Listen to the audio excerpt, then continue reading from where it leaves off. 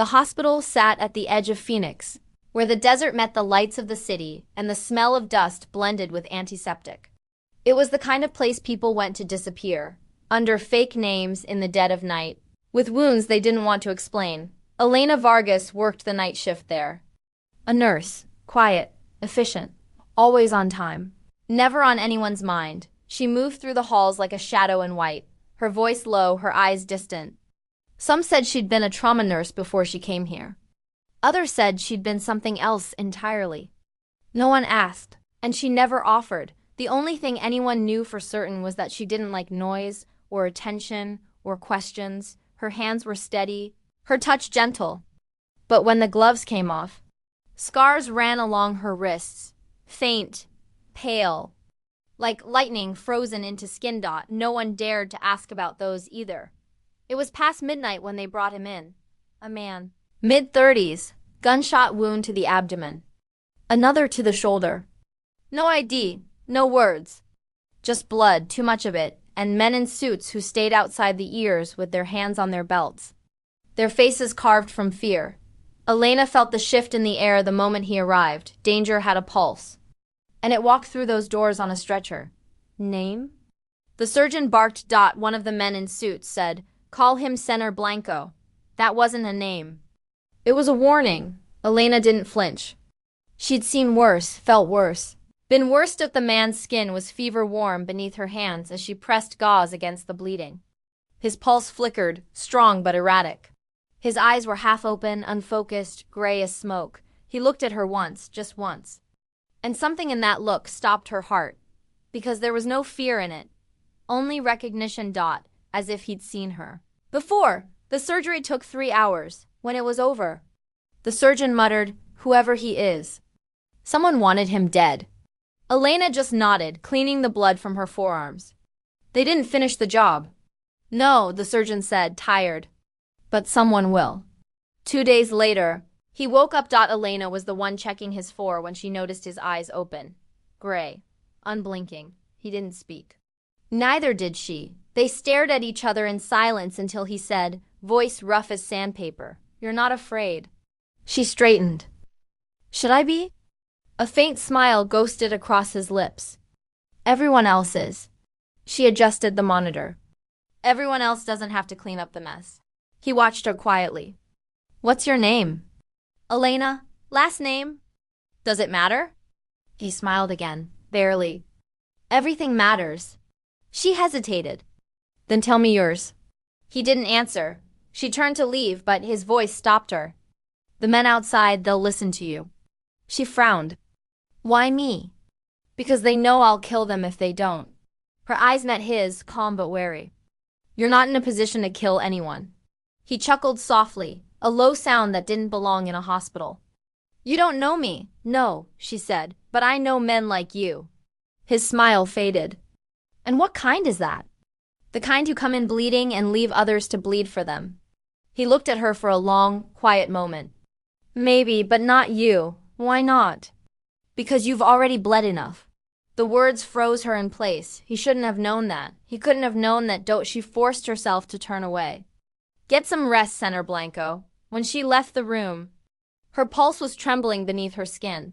That night, she dreamed of the past, of fire, sirens, and a hand that once held hers before it vanished under smoke. She woke before dawn, drenched in sweat, the desert light just beginning to creep through the blinds. At the nurse's station, 2 of the guards were arguing in low Spanish. El Patron said no visitors. One hissed. He also said keep her close. The other whispered.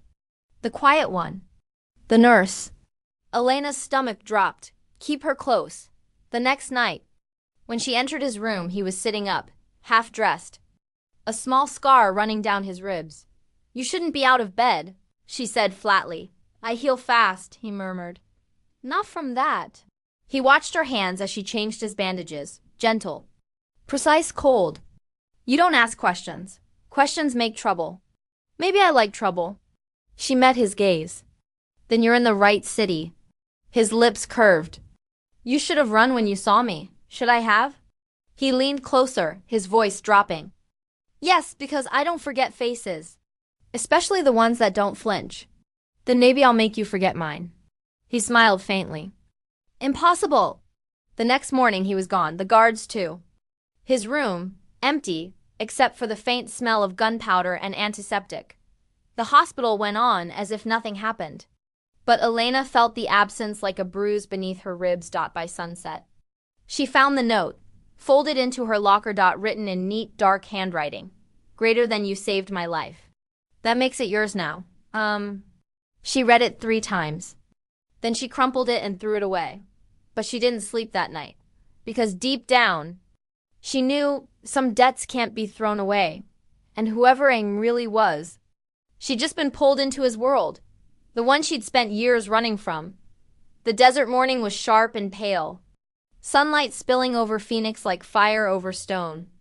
But inside St. Mary's Hospital, everything was sterile, cold, and gray. Elena Vargas had learned to live in that gray. To hide inside it, she kept her head down, her voice low. Her hands busy, anything to keep the world from noticing that she was still there.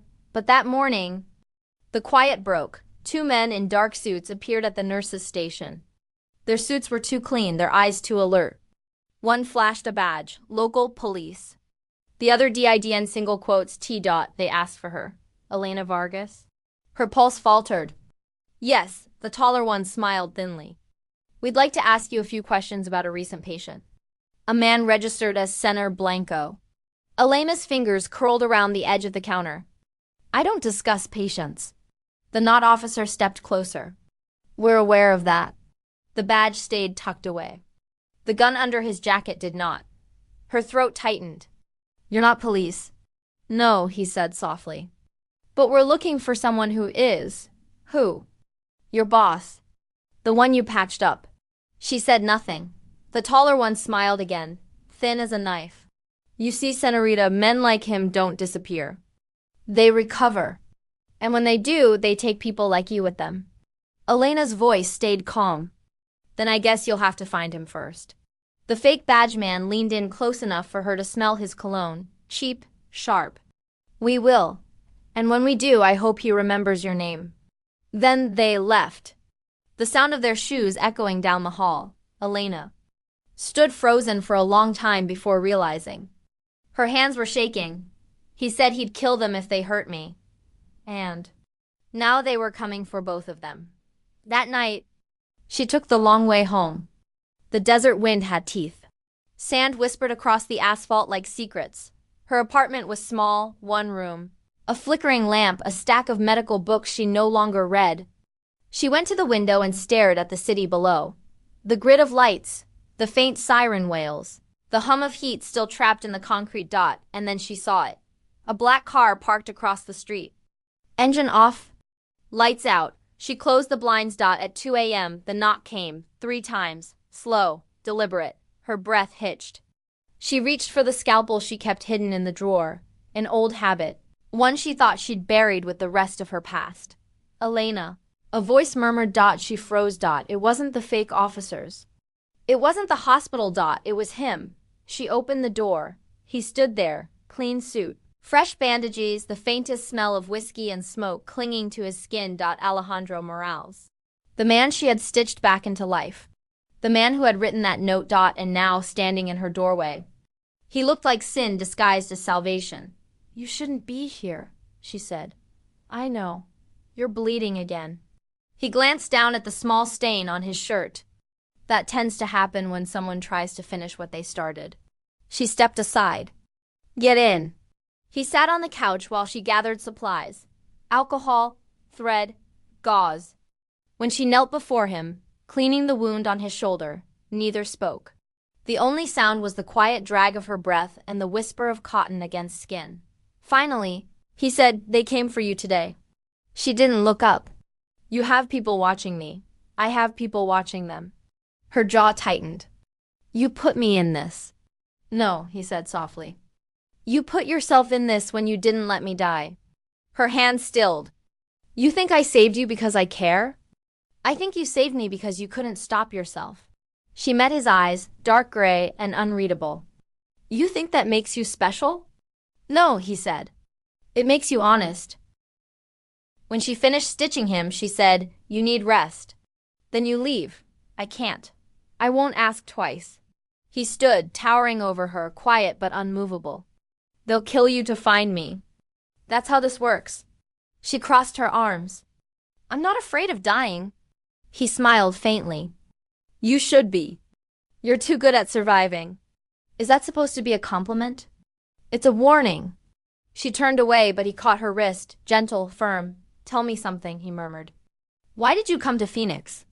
She hesitated. Because it was far. From what? Everything. He studied her, the way her voice cracked on that last word, the way her scars caught the light.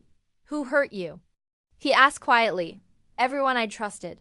He let her go, his gaze softening. Then trust me just once. Her voice trembled. You don't want that. Why not? Because I keep what I fix. He smiled, small, broken. Then maybe I'm the one who needs fixing. She didn't sleep that night. She listened to him breathing on the couch, steady, human.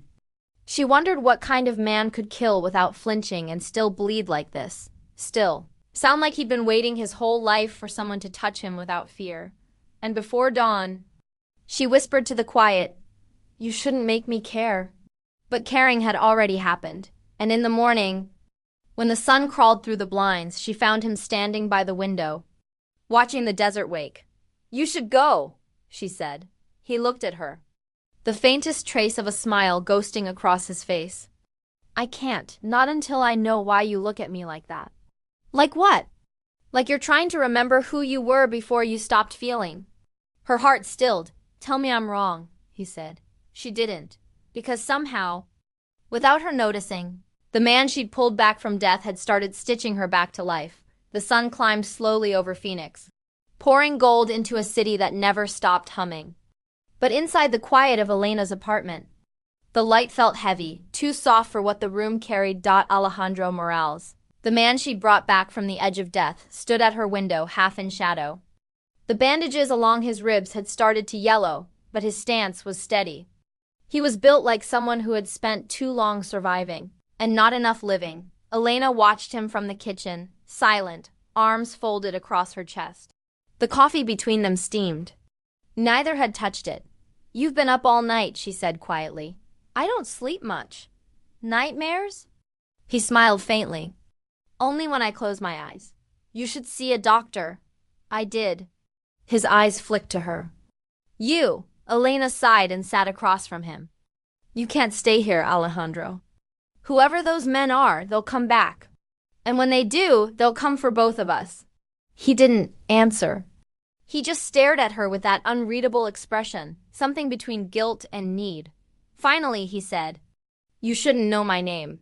You wrote it in the note. I wanted you to know who you saved. I didn't save you. I stopped you from dying. He gave a low laugh. Same thing, no. Her voice softened. You don't save someone like you. You just buy them time. His smile vanished. Is that what you think I am? A clock waiting to run out? She looked down at her hands, at the faint white scars tracing the veins beneath her skin. Aren't we all? The next night, she came home from her shift to find the place empty. The coffee table was clear. The sheets on the couch, folded. For a moment, she almost believed he'd gone, until she saw the envelope. On the counter. Her name written on it in clean, dark ink. She opened it with trembling fingers. Inside, a photograph. Old, worn, torn at the edges. Her. Breath caught. It was a picture of her. Younger. Hair. Longer. Smiling. And beside her, a man. Alejandro. She dropped the photo like it had burned her. No. It couldn't be. The back of the photo carried a single date. Juarez. 2018. That was the year she left Mexico. The year the fire took everything. Her voice broke into the quiet. What did you do? The door opened behind her. I told you, he said softly. You shouldn't know my name. She spun around. You were there? He nodded once. Yes, in Juarez. Yes, you were part of it? Her voice cracked. The raid? The fire. He stepped closer. It wasn't supposed to happen like that. Her hands shook. You killed them. No. Then who? He hesitated, long enough for the truth to cut through the silence before he spoke. My men. Her chest caved. You ordered them.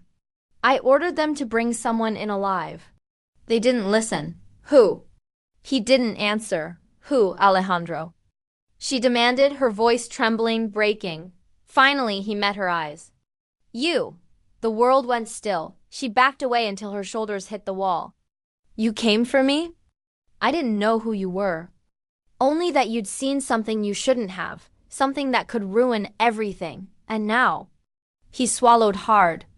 Now I know what I ruined instead. Her voice turned to steel. You burned my life to the ground. I was trying to save it. By killing everyone in it? He stepped forward, desperate now. By stopping the ones who would have done worse. I didn't light that fire, Elena, but I didn't stop it either. Her tears came hot, unstoppable. And now you're standing in front of me like you deserve forgiveness. He shook his head. No, I don't want forgiveness. Then what do you want? His voice broke. You. For a moment she couldn't breathe. He moved closer slowly, his hand reaching up, stopping just short of her face. I told myself I came here because you saved me. But that's not true. I came because I couldn't forget you. Because I saw you that night, through the flames. You were the only one who didn't scream. Her voice trembled. Because I was already dead. He shook his head. No, you were alive. More than any of us.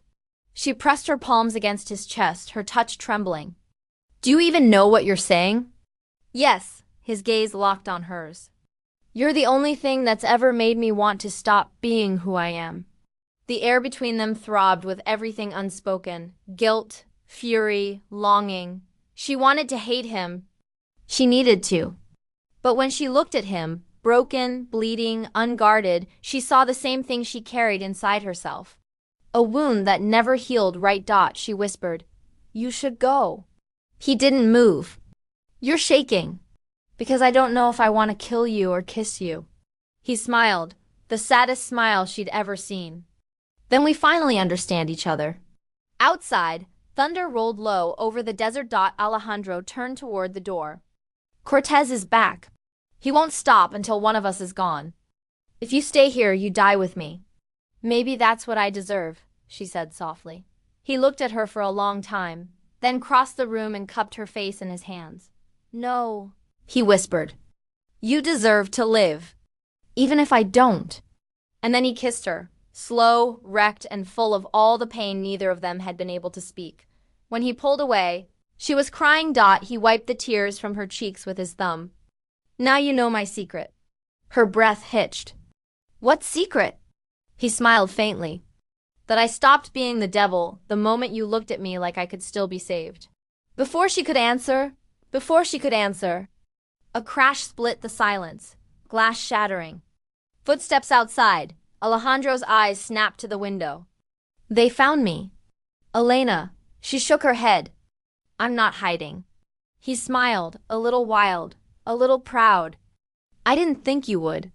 Gunfire tore through the night. He pushed her behind the counter, drawing his weapon. Stay low.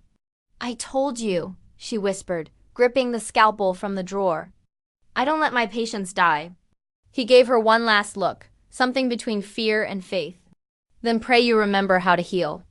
And then he was gone, out into the storm of bullets and betrayal he'd carried with him since birth. Elena stayed crouched in the dark, the smell of blood and rain seeping through the walls. Her pulse pounding with one truth she could no longer deny. The man she should have let die was the only one who'd made her feel alive again. The storm didn't wait for dawn. Gunfire rattled through the thin walls of the apartment. Every shot shaking the dust from the ceiling. Every echo sinking into Elena Vargas's skin. The air smelled of cordite and rain, hot metal and fear. She crouched behind the counter, her breath short, a scalpel trembling between her fingers. Outside, Alejandro Morales moved like a shadow, silent, efficient, deliberate. Each shot he fired was controlled, cold, necessary. He wasn't fighting to win. He was fighting to end it. Elena! He shouted over the chaos. Get to the back! But she didn't move. She peeked through the doorway, saw the men spilling in through the hallway. Black coats, rifles raised. Cortez's men. The ones who wanted Alejandro dead. And maybe her two dots she could see him now. Alejandro, ducking behind the edge of the kitchen wall, blood streaking his arm, eyes like steel. He saw her too. His lips parted. "What are you doing?" she whispered, "finishing what I started." Then she stepped out of hiding. He froze. No, she hurled the scalpel with practiced precision, catching one of the intruders in the throat. The man dropped, choking. Alejandro fired twice, clean, quick, dropping the other two dot, then silence. For a second. It was just the rain again dot until the next wave came. They ran. Down the fire stairs. Through the alley slick with oil and water.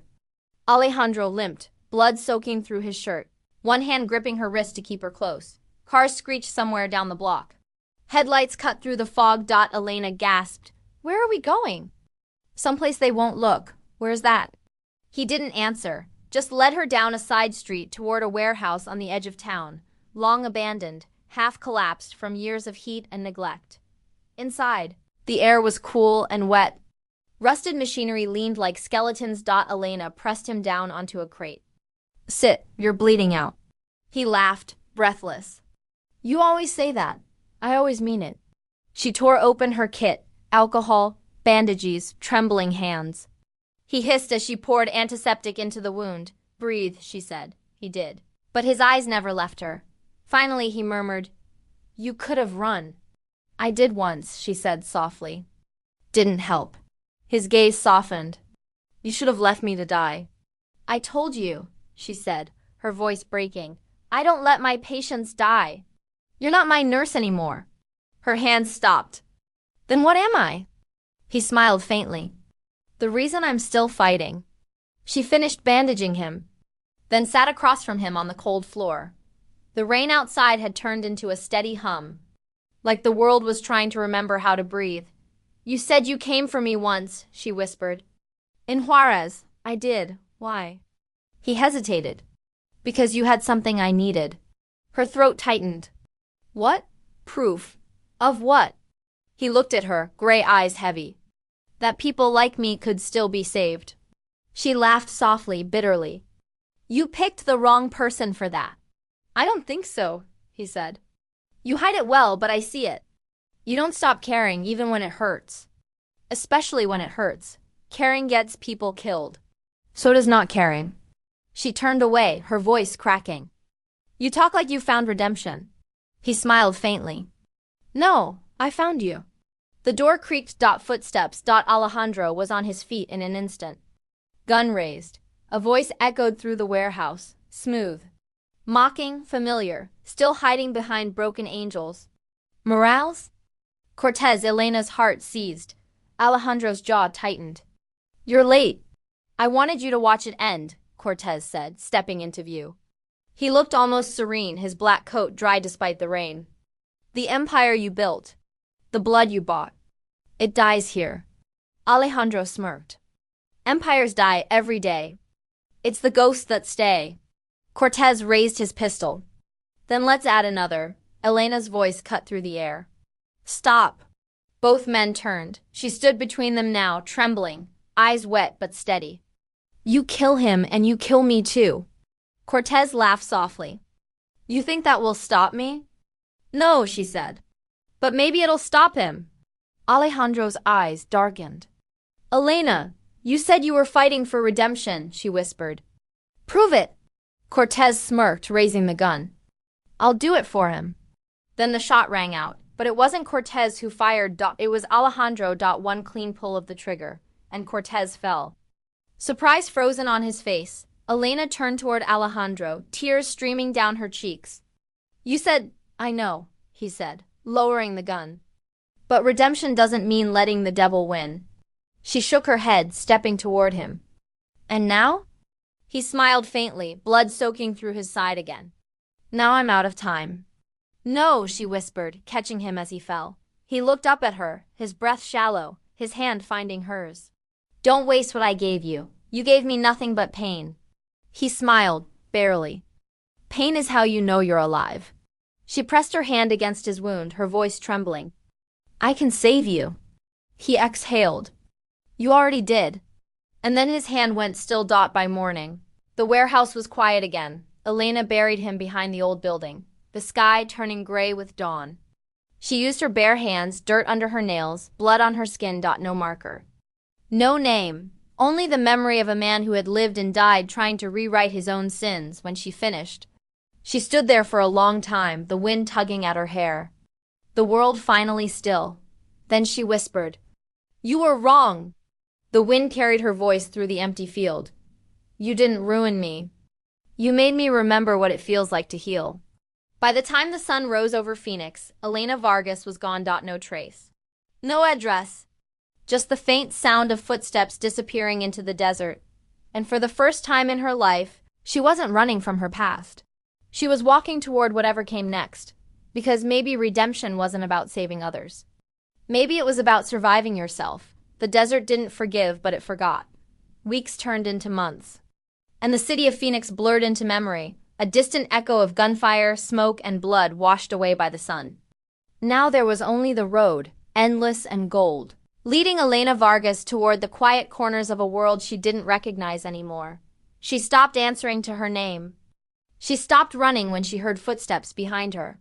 She stopped fearing the sound of her own heartbeat. For the first time in years, silence didn't feel like punishment.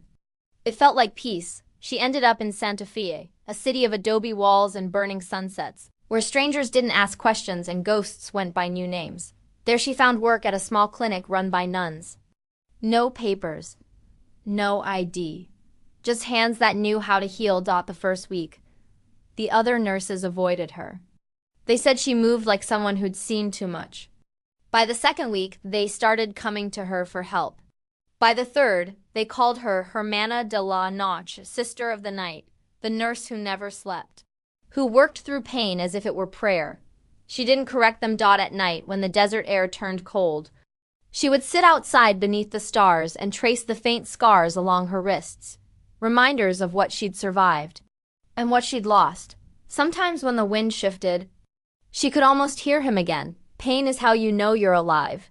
She'd close her eyes and whisper, "Then I must be alive enough for both of us."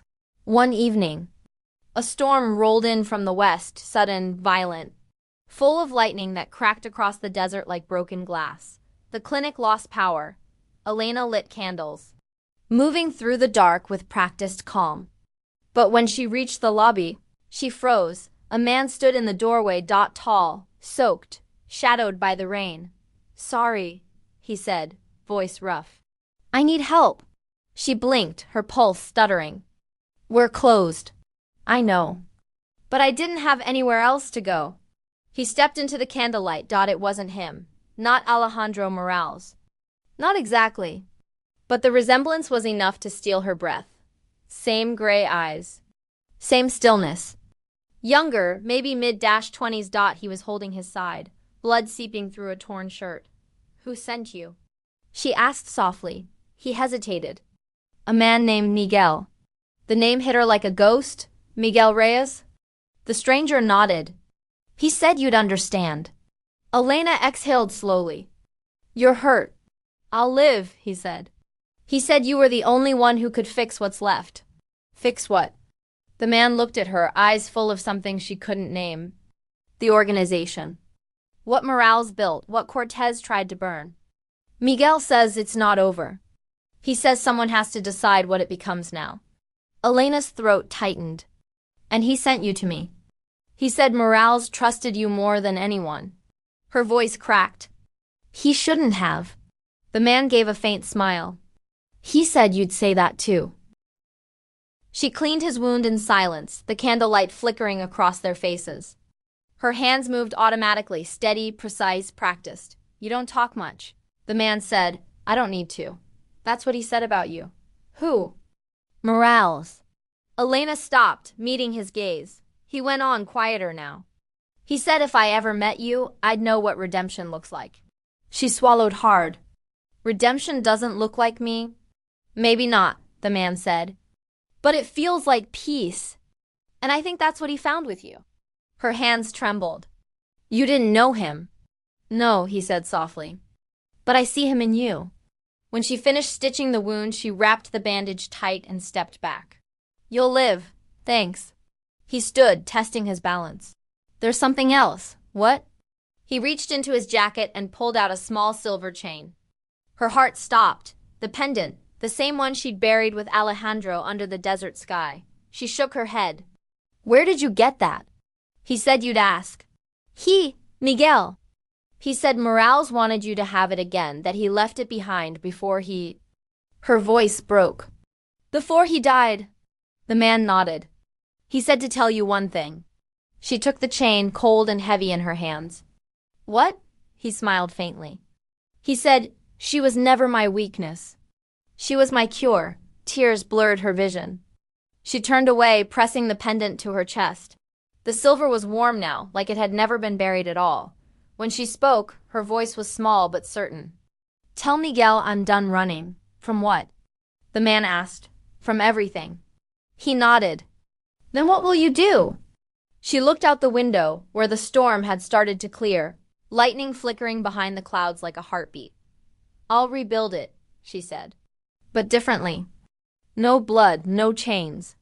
Just mercy. He studied her face, the calm there, the pain turned into purpose. You think that's possible? She smiled softly. If a man like him could learn to feel, anything's possible. When morning came, the sky was clean again. The stranger was gone. Only the pendant remained, hanging from her neck. Catching the first light of dawn, Elena walked outside. Barefoot, the desert cool beneath her feet. She closed her eyes, felt the wind on her face, and whispered, You found your peace. Now let me find mine. Then she turned toward the horizon, the same direction he once walked into, and began again, because healing wasn't about forgetting the scars. It was about learning to live beautifully with them. The end.